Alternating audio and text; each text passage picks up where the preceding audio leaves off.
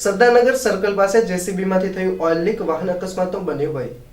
ભાવનગર શહેરના સરદારનગર સર્કલ ખાતે હાલ રિપેરિંગ કામ ચાલી રહ્યું હોય ત્યાંથી જેસીબી જ્યારે પસાર થઈ રહ્યું હતું તે વેળાએ જેસીબીમાંથી થયેલા ઓઇલ લીકના કારણે સમગ્ર રસ્તા પર ઓઇલ ઢોળાયું હતું, જેને લઈને ત્યાંથી પસાર થતા વાહનોને સ્લીપ થવાનો અને એક્સિડન્ટ થવાનો ભય બન્યો હતો। જેથી આવી ઘટના ન બને તેને લઈને તે ઓઇલ દૂર કરવા અથવા તો ઓઇલ પર રેતી નાખવાની કામગીરી હાથ ધરવામાં આવી જોઈતી હતી, પરંતુ તેમ ન થતાં વાહન ચાલકોને અકસ્માતનો ભય બન્યો હતો।